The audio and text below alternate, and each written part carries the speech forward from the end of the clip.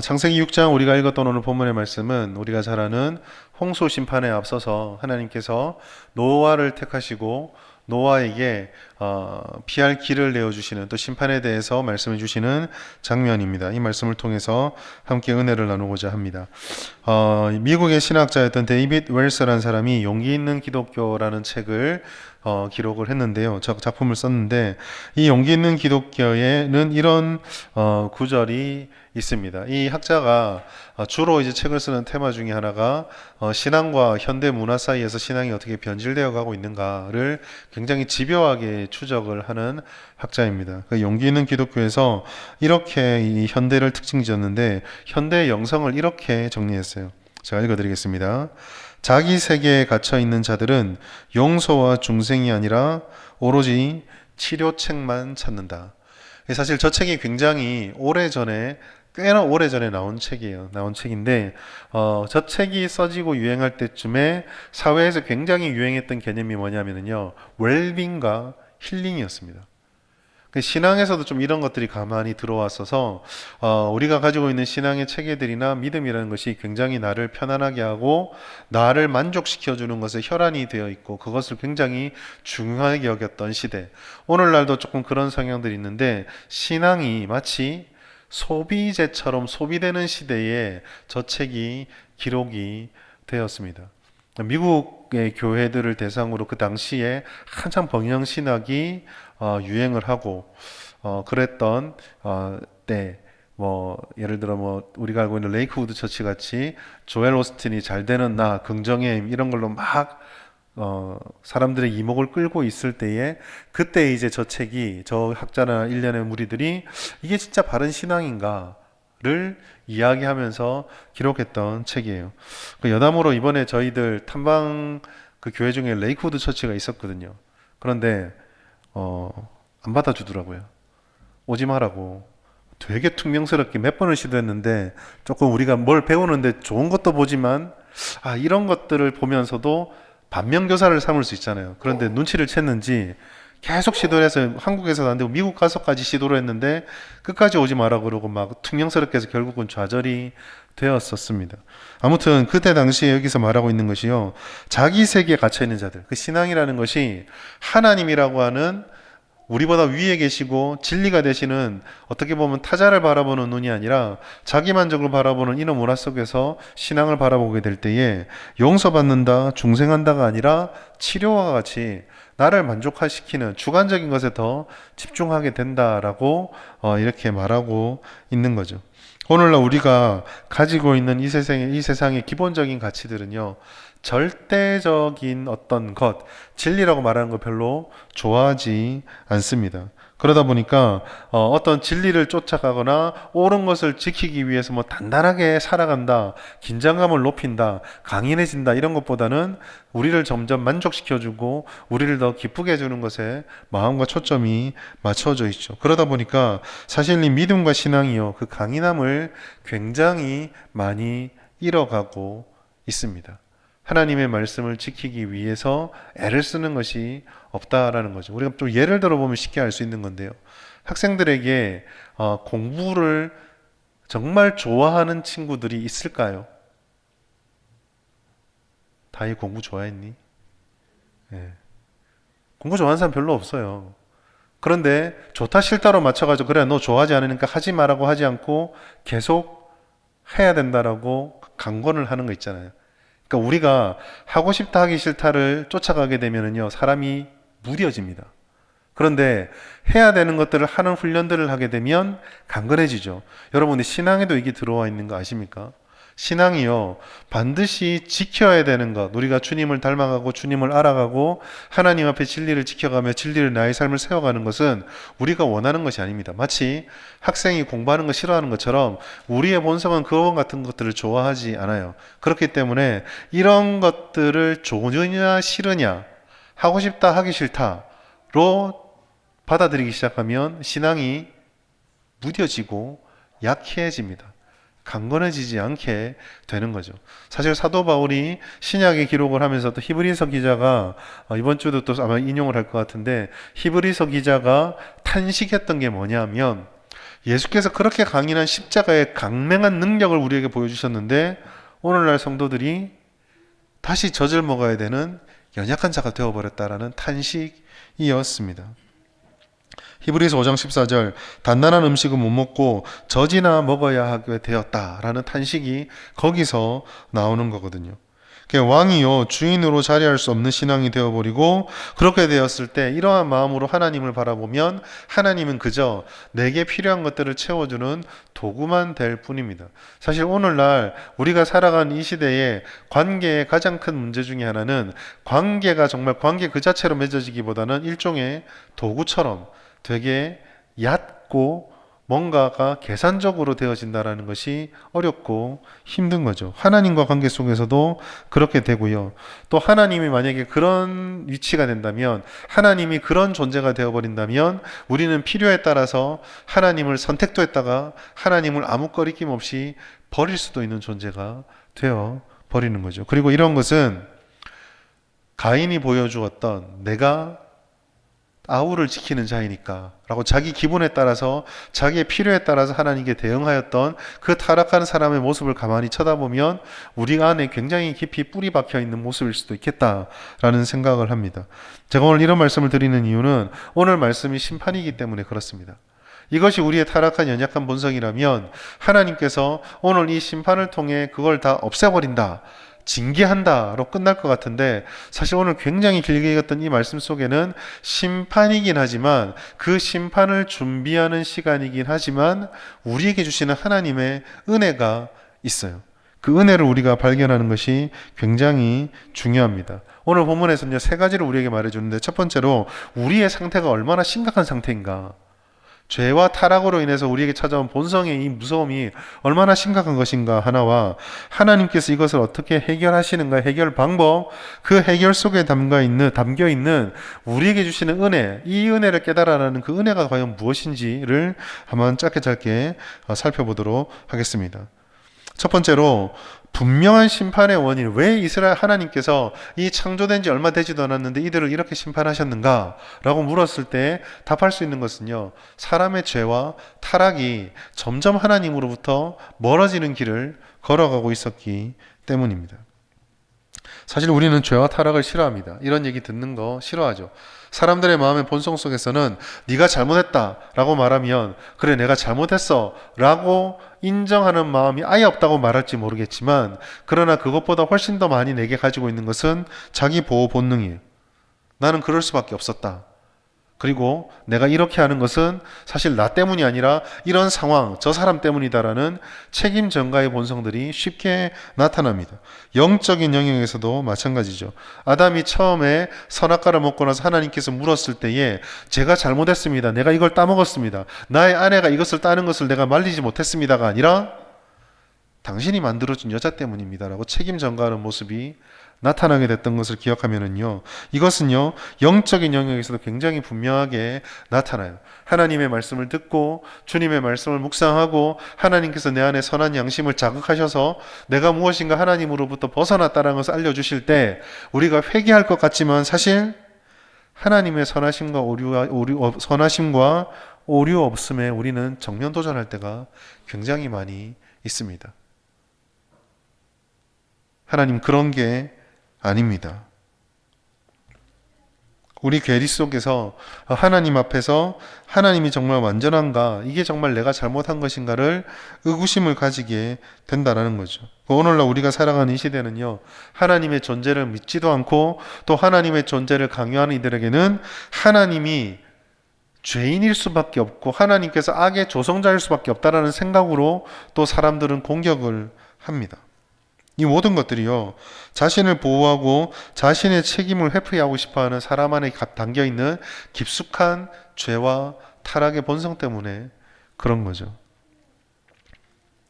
성경은요, 이러한 인간의 생각을 절대로 내버려둬서는 안 된다, 거기를 그대로 받아들여서는 안 된다라고 우리에게 말씀합니다. 단호하게 배격해요. 성경이 끊임없이 강조하고 있는 것은 하나님은 오류가 없다라는 겁니다. 하나님은 선하신 분이에요.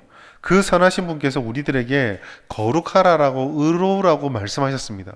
레위기 19장 2절 보시면 내가 거룩한 것 같이 너희도 거룩하라라고 분명하게 하나님의 뜻을 보여주었습니다. 타락은요, 이와 같은 거룩하라라는 하나님의 뜻과 하나님의 거룩하신 성품과 전혀 어울리지 않는 삶의 모습들을 보여줍니다. 반대로 하나님께서 이렇게 거룩하고 선한 것을 좋아하셨고 이것을 사람들에게 의도했기 때문에 이러한 삶을 보여주는 이들을 향한 하나님의 평가를 오늘 본문에서 발견할 수 있어요. 9절에 보시면은요, 노아는 선택을 받았는데 노아를요 당대의 의인이다라고 하고 완전한 자다라고 말합니다. 나중에 뒤에 가면 조금 더 보시겠지만 사실 노아는요 정말 100점짜리 인품을 가지고 있고 실수를 하나도 안 했기 때문이 아니라 은혜로 하나님 앞에 의롭다라고 인정을 받았던 겁니다. 그렇지만 노아에게 한 가지 배울 것이 있다면 은혜로 구원을 받은 의로운 자지만 그의 삶에서는 분명히 그렇게 하나님의 택함 받은 자가 보여줄 수 있는 순종의 모습도 있었어요. 오늘 본문에서는 기록이 되어져 있지 않지만 500살부터 시작되어 있는 500년의 인생을 살았던 노아가 방주를 지으라는 말에 순종했던 모습을 보면 알 수가 있습니다.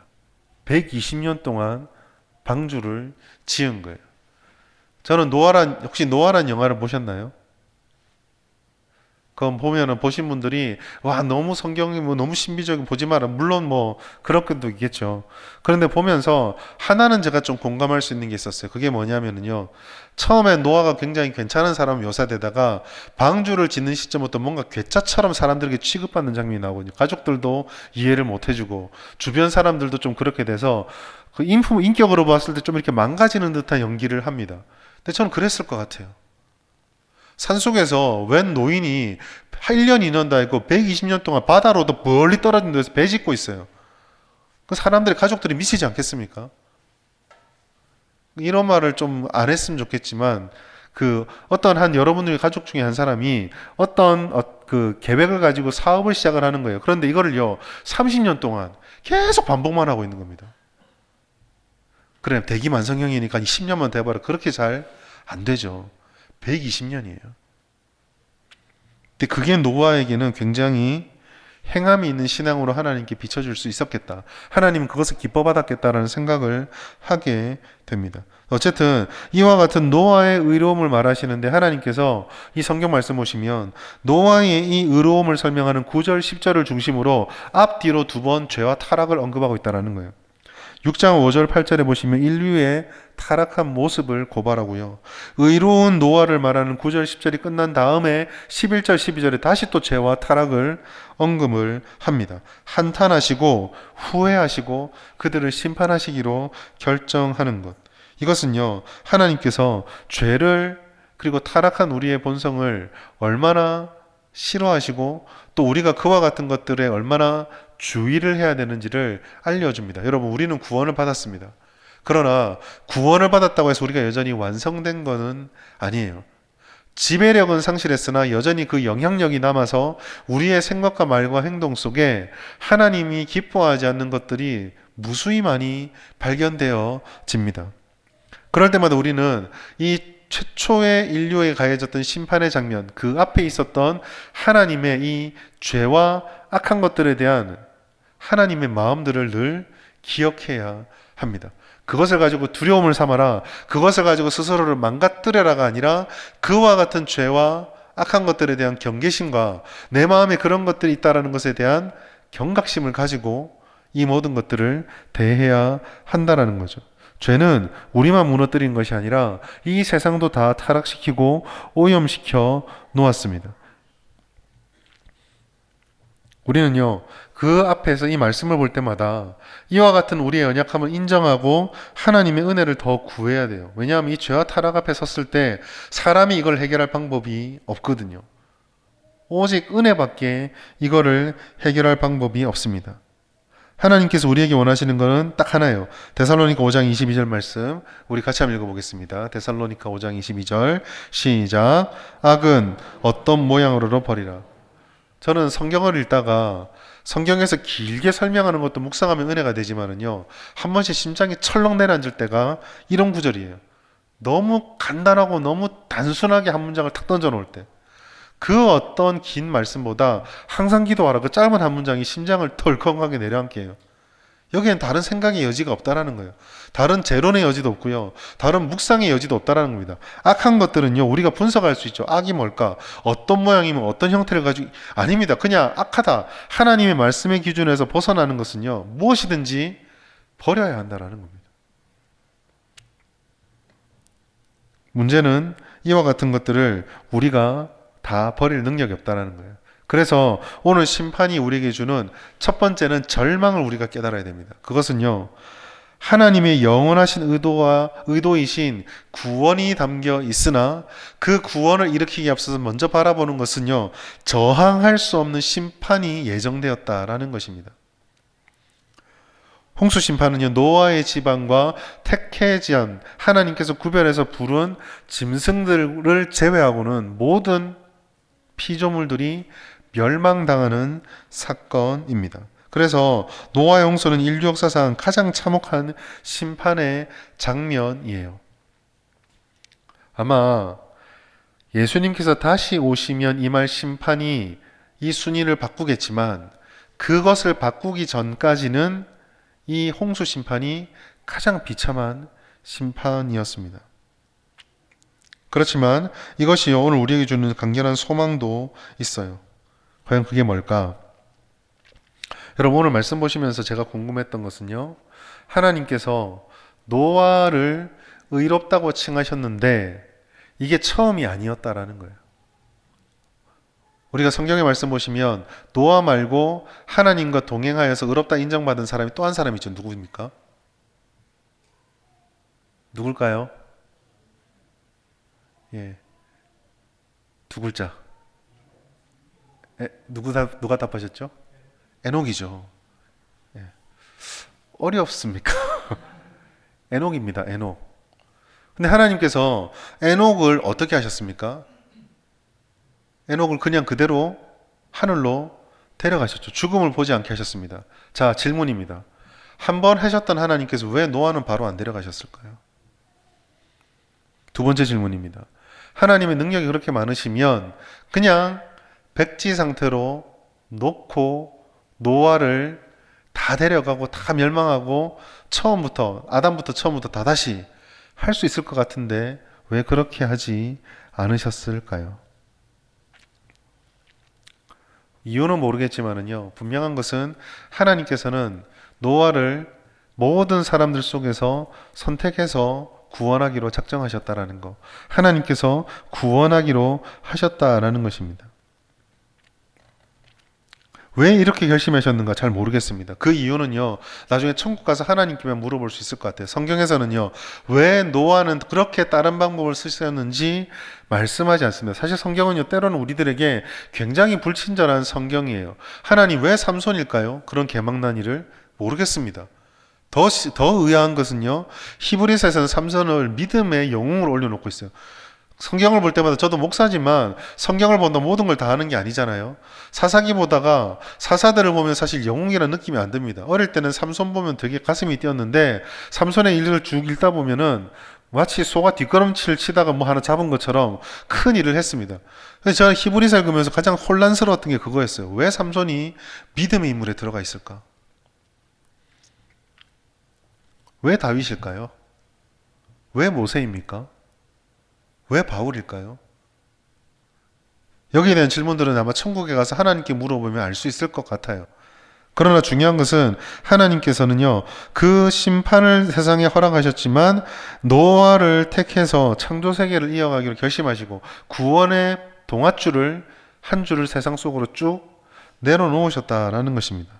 여기서 우리는요, 이 노아를 택하시는 하나님을 바라보며 우리를 향한 소망을 발견하게 돼요. 왜냐하면 오늘날 우리가 살아가는 이 시대가 노아의 시대보다 더 낫다고 말 못하고 또 우리도 연약함을 가지고 있지만 하나님의 이 사랑이 여전히 유효하기에 우리가 예수를 믿고 구원을 받았고 그 구원의 은혜를 누리고 있기 때문입니다. 우리 주변에 보시면 죄가 넘치고 악한 사람들이 판을 치는 세상, 그리고 믿음을 가지고 살아간다 말하지만 그 믿음을 온전히 지키기에는 연약한 우리들을 늘 발견하고 늘 대하거든요. 마치 창조하고 나서 하나님 앞에 그 은혜를 몇 대 누리지도 못하고 완전히 붕괴되고 타락해버린 이 세상 사람들과 같습니다. 하나님의 역사가 실패한 것만 같아요. 하나님 뜻대로 아무것도 안 될 것 같습니다. 여기에는 아무 소망이 없는 것 같아요. 그런데 하나님께서는요, 노아에게 심판을 알려주시고 방법을 알려주시는 일방적인 은혜를 베풀어 주셨습니다. 상투적인 얘기지만은요, 은혜가 우리가 의지할 전부라는 거예요. 하나님께서는 인류의 죄와 그로 인한 고통을 외면하시는 분이 아니십니다. 피조세계의 고통과 아픔을 향해서 분노하시지만 분노하고 그냥 눌러버리시는 하나님이 아니라 한탄하시면서 그들에게 생명을 구원할 방법을 허락해 주시고 계획하셨던 분이에요. 하나님께서는 노아에게 찾아오셔서 그 세계를 심판하기로 하셨지만 노아를 통해 또한 구원의 희망을 가져가게 하셨습니다. 그러니까 이 홍수 심판에는요, 심판의 두려움과 살아남의 생명의 은혜가 동시에 교차되고 있습니다. 모든 결정에 완전하시고 최종 권위가 있는 하나님께서 그 방법으로 사람들을 구원하기로 택한 거예요. 하나님께서 우리를 사랑하셔서 요한복음 3장 16절에 말씀하시는 것처럼 이처럼 세상을 사랑하셔서 그렇게 직접 이 타락의 역사에 들어오셔서 일하시고 구원의 일들을 이루기로 작정하신 겁니다. 그 개입하시는 하나님은 지금도 우리의 삶에 개입을 하세요. 우리가 연약할 때, 우리가 무너질 때, 우리가 방향을 몰라서 혼돈에 빠져 있을 때 그렇게 다가오셔서 주님의 손을 보여주시는 것입니다.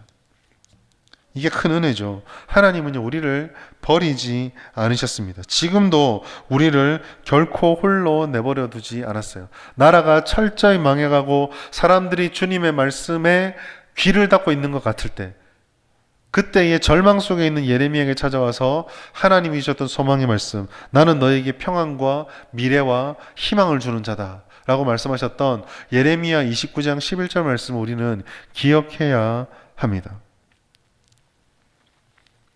그러나 이 구원의 은혜가 우리에게 주어졌다고 해서 우리는 그냥 넙죽 받아야 되는가? 아니, 넙죽 받을 수 있는가? 라는 질문에 하나님께서는 방주를 주목하라고 말씀하세요.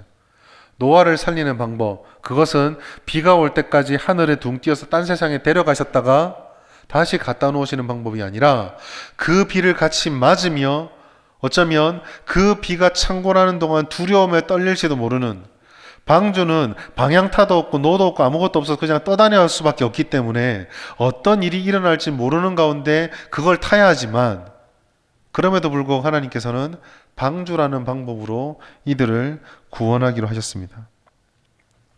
이 방주를 우리는 좀 묵상해 볼 수 있는데, 방주에서 우리는 두 가지 사실을 발견하게 돼요. 첫 번째, 이게 하나님이 정해주신 방법이라는 겁니다. 너무 당연한 얘기인데요. 여러분, 신앙생활은요, 하나님이 정해주신 길, 하나님께서 원하시는 방법을 알기에 힘쓰고 거기에 순종하는 것이 신앙생활입니다. 온 세계를 물에 잠기게 하시겠다는 하나님의 선언 앞에서 피할 길이 없었지만 하나님께서는 방주라는 유일한 구원의 방법을 허락해 주셨어요. 아마 눈치가 빠르신 분은 눈치채셨겠지만 당연히 이 방주는 신약에서 예수 그리스도를 상징합니다. 오직 거기에 타는 것만이 생명과 구원이었던 것처럼 예수님께서도 요한복음 14장 6절에 내가 곧 길이요 진리요 생명이라 말씀하셨거든요. 이것이 하나님의 방법이에요. 오늘날 많은 사람들이 각자의 소견에 오른 대로 구원에 이르는 길 혹은 만족을 이루는 길을 찾지만은요, 하나님께서 이 세상에 허락해 주셨던 모든 인류가 유일하게 가질 수 있는 구원과 만족, 변하지 않는 만족의 유일한 길은, 생명의 길은 오직 단 하나, 홍수를 이기게 해줄 수 있었던 방주였던 것처럼 예수 그리스도 그 한 분의 방법밖에 없습니다. 두 번째로, 이 방법을 하나님께서 우리에게 주실 때에 하나님께서는 그 방주를 제작하는 방법과 그 후에 해야 할 일들까지도 노아에게 구체적으로 알려주셨다라는 거죠. 구원에 있어서 하나님께서 일방적인 주도권을 가져가시는 겁니다. 구원이 하나님의 사역이기 때문에 우리는 하나님이 정하신 방법과 길을 따라가야 한다는 것을 우리 말씀 속에서 깨닫게 돼요. 여러분, 이것은요, 주님을 따르는 겁니다 라는 게 되게 간단하게 보이지만 우리에게 참 저항을 불러 일으키는 거예요. 교회라는 곳은 결국 하나님의 뜻이 무엇인지를 묻고 주님께서 원하시는 일들을 위해서 우리의 삶의 경계선을 허물고 문을 여는 거거든요. 교회는 일반적인 계모임이라든지 친목 단체가 아닙니다. 이익을 따라서 모이고 흩어지는 그런 세속적인 단체도 아니죠. 방주를 찾아서 주님이 원하시는 방식대로 방주를 만들고 그 방주에 생명을 담아서 생명을 구원하는 것, 우리도 구원을 받고 그 구원을 전해주며 살아가는 것이 교회의 모습입니다. 우리의 최고의 덕과 가치는 하나님의 뜻에 있고 하나님께서는 우리가 그렇게 살아갈 수 있도록 모든 방식을 알려주신다는 거죠. 하나님께서 방주를 제조하는 방식과 방주를 지어야 한다는 그런 일련의 것들을 다 알려주신 것은 하나님의 말씀을 우리에게 주셨던 것과 같습니다. 그걸 어떻게 보면 이 성경이 오늘날 우리에게 주어진 일종의 방주가 되는 거죠. 우리는 그런 점에서 생명을 얻기 위해서 방주여야만 했던 것처럼 우리가 이 땅을 살아가며 주님의 뜻 가운데 구원의 삶을 누리고 살아가기 위해서는 우리에게 주어진 하나님의 뜻과 말씀들을 붙잡고 살아가야 합니다. 예배와 행사든지 이견 조율, 교육, 봉사, 전도, 사역, 그리고 성도의 개개인의 삶이 철저하게 하나님이 우리에게 제공해 주는 길을 쫓아가야, 알려주는 길을 쫓아가야 한다라는 거죠. 방주를 만드는 방법을 하나님께서 알려주셨다는 거, 규모를 하나님이 알려주셨다는 것도 우리는 주목해 보아야 합니다. 방주를 만드는데 더 효과적인 방법이 있다고 생각할 수 있어요. 아니, 어쩌면 방주가 최선은 아닙니다라고 말할 수도 있습니다. 여러분 기억하세요. 지금하고 나이의 개념이 조금 다르긴 하지만 방주를 지을 때 노아의 나이가 500살입니다. 20, 30년만 살아도 그 20, 30년의 인생 가지고 얼마나 다른 사람의 삶을 판단하고 다른 사람의 말을 잘 안 듣는지 몰라요. 아니 30살이 뭡니까? 한 16, 17 살았던 우리 청소년 자녀들을 길러보셨던 부모님들이 느끼는 거 있죠. 걔들에게 말을 하면은 안 듣죠. 엄마는 아무것도 몰라. 좀 모르긴 하더라고요. 모르긴 하고 저도 좀 모르긴 하는데 어쨌든 그 정도 나이만 돼도 다른 사람 말을 안 들어요. 여러분 500살이 산구석에 올라가가지고 배 지으라 그러는데 그 방법에 순종이 잘 될까요? 얼마나 많은 것을 보았고 얼마나 많은 일들을 보았겠습니까? 그러나 노아는요, 하나님이 주시는 그 방법을 따라서 살아냈습니다. 우리가 말씀을 읽고 기도하고 기다리며 깨달아야 하는 것도 바로 여기에 있습니다. 우리는 하나님께서 우리의 삶을 주관하신다는 것을 믿어요. 때로는 그런 하나님의 인도가, 하나님의 말씀이 우리의 기대와 다를 수도 있습니다. 우리가 경험했던 것들을 송두리째 다 뒤흔들 수도 있습니다. 우리 주변의 사람들이 걸어가는 길과 전혀 다른 길을 우리에게 요구할 수도 있습니다. 심지어 하나님이 내게 은혜를 주시는 분이라 했는데 그 말씀대로 살려고 하면 지금까지 내가 유익했던 것들을 다 버려야 되는 일도 생길 수가 있습니다. 나만 외롭게 보이고 나만 바보 같아 보이고 나만 엉뚱한 길을 갈 것처럼 보입니다. 그러나 그럴 때에도 오직 방주밖에 없구나, 하나님의 방법밖에 없구나 라는 것들을 우리는 잊지 말아야 돼요. 세 번째로는요, 그렇게 우리가 하나님 말대로 하면 우리 너무 바보 되는 거 아닙니까? 네, 여러분, 방주를 짓고 방주에 타는 것은요, 하나님이 이 홍수 심판을 하는 데 있어서 이루는 모든 일들 중에 가장 많은 부분이 아니라 가장 작은 부분이었어요. 우리가 많은 것을 하는 것 같지만 사실 하나님이 더 많은 일을 한다는 겁니다. 여러분, 방주의 사건을 다시 보십시오. 노아가 방주를 열심히 지었어요. 완성했습니다. 끝났습니까? 더 심각한 문제가 남아있어요. 뭡니까? 이 땅에 존재하는 모든 짐승들의 암수를 거룩한 건 5쌍, 부정한 것들은 2쌍을 구별해서 배에 다 태워야 됩니다. 이거 어떻게 할까요? 여러분 지금 여러분 사는 동네에 몇 년 사셨어요? 그 동네에 있는 동물들 수 다 아십니까? 벌레들 수 다 아십니까? 짐승들 숫자 다 아십니까? 온 땅에 있는 그것들을 어떻게 노아가 다 모을 수 있겠어요? 양식을 준비하랍니다. 노아의 가족들이 며칠이나 뱃속에 있을지도 모르는데 그 양식을 어떻게 지을 것이며, 농사라는 것이 그렇잖아요. 농사가 자기가 계획한 대로 지어집니까? 사실요, 하나님이 구원을 이루기 위해서 거룩한 짐승들을 구원하고 다섯 쌍씩을 구하고 부정한 것도 살려내고 노아의 가족을 지키고 이 홍수 심판에 남겨진 씨들을 남기기 위해서 했던 일들의 거의 대부분들은요, 사실 하나님께서 하셨습니다. 아니, 조금 더 엄밀하게 말하면은요, 배를 지을 수 있는 나무도 하나님이 주셨고요, 500살 된 노인이 배를 지을 수 있도록 120년 동안 건강을 주신 것도 하나님이시고요, 하나님이 다 하신 거예요. 우리가 하나님의 뜻에 구원의 은혜 앞에 겸손하고 우리를 인도해 주신 주님의 인도하심에 겸손히 인정하고 주님 앞에 순종해야 되는 이유가 바로 여기에 있어요. 내가 하는 것처럼 보이지만 내가 하는 것이 아닙니다. 하나님이 하시는 거예요. 우리가 하는 생각, 우리가 하는 말, 우리가 행동, 우리가 하는 모든 것들은요, 하나님이 하시는 일에 비하면 빙산의 일각에 불과합니다.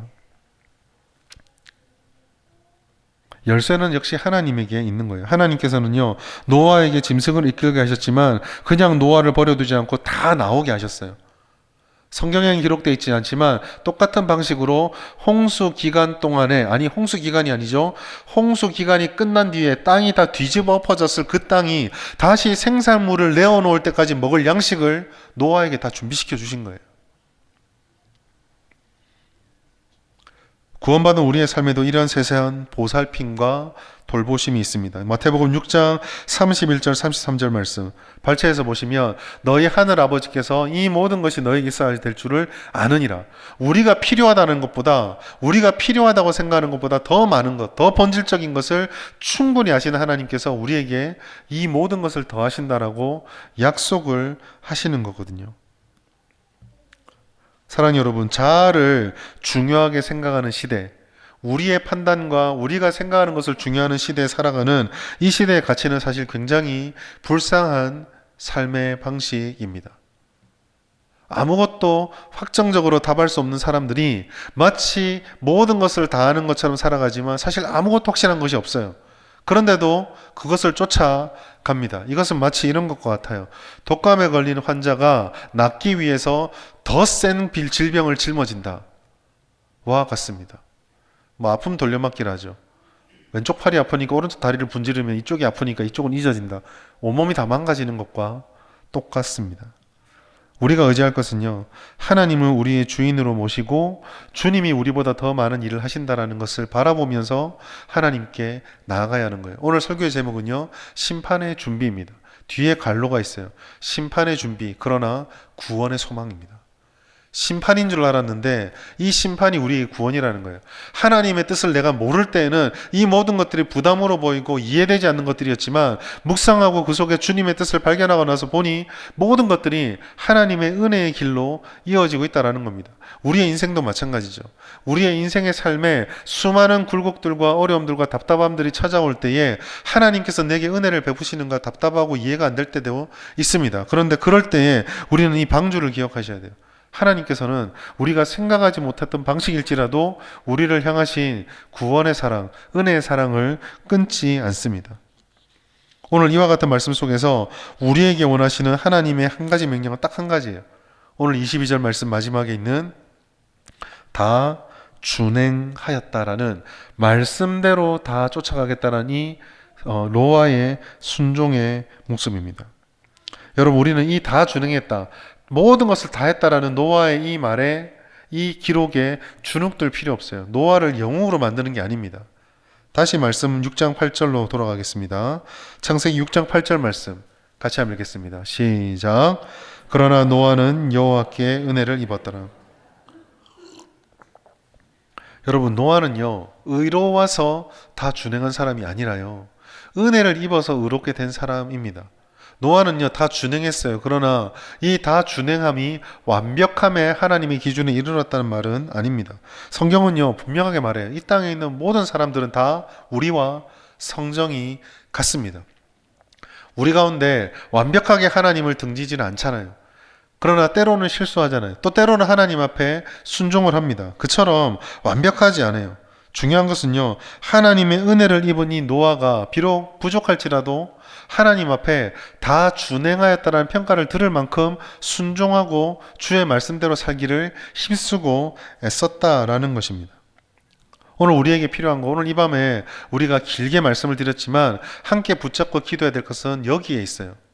하나 딱 붙잡아야 될 것이 있다면 그것은 하나님이 싫어하는 것을 내가 해야 되지 않는다라는 첫 번째 교훈, 죄와 타락의 본성입니다. 두 번째, 그러한 연약한 우리들에게 하나님의 구원의 은혜가 여전히 유효하고 하나님은 여전히 주님의 방식대로 우리에게 말씀하신다라는 것, 우리를 구원하기 위해 은혜를 베푸신다라는 것, 이 믿음 두 번째입니다. 세 번째는 그럼 뭘까요? 노아가 보여주었던 것, 들려주는 말씀, 하나님이 알려주시는 것을 알기에 힘쓰고 붙잡기에 힘쓰며 어리석어 보인다고 했던 방주를 다 지었던 것처럼 주님의 말씀대로 순종하는데 다 준행하고 살아가는 것입니다. 실패하지 않는다가 아닙니다. 넘어지지 않는다가 아닙니다. 다 깨닫지 못하는 우리들을 주님께 맡겨드리고 다 순종할 수 없는 우리의 능력을 주님께 구해서 얻고 성령 안에서 주님의 임재 가운데 우리를 던져놓고 하나님과 동행하는 삶을 살아가는 거예요.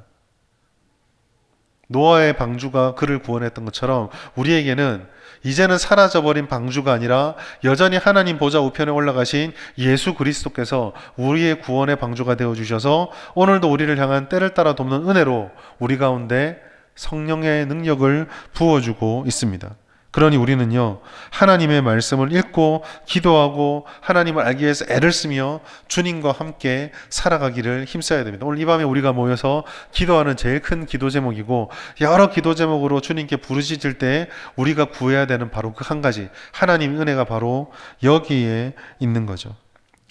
사랑하는 여러분, 오늘 심판의 말씀 속에서 하나님이 우리를 얼마나 사랑하시고 우리를 어떻게 사랑하시는지를 꼭 붙잡으시기 바랍니다.